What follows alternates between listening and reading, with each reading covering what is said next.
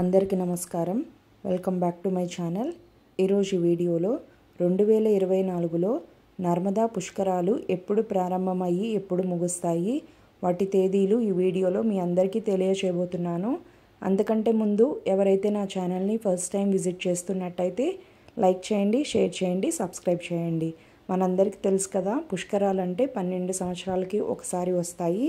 దేవగురువైన బృహస్పతి వృషభ రాశిలో ప్రవేశిస్తే దానిని మనం నర్మదా పుష్కరాలుగా జరుపుకుంటాము.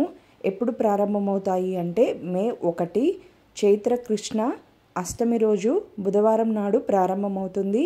ఎప్పుడు ముగుస్తుంది అంటే మే 12 వైశాఖ శుక్ల పంచమి ఆదివారంతో ముగుస్తుంది.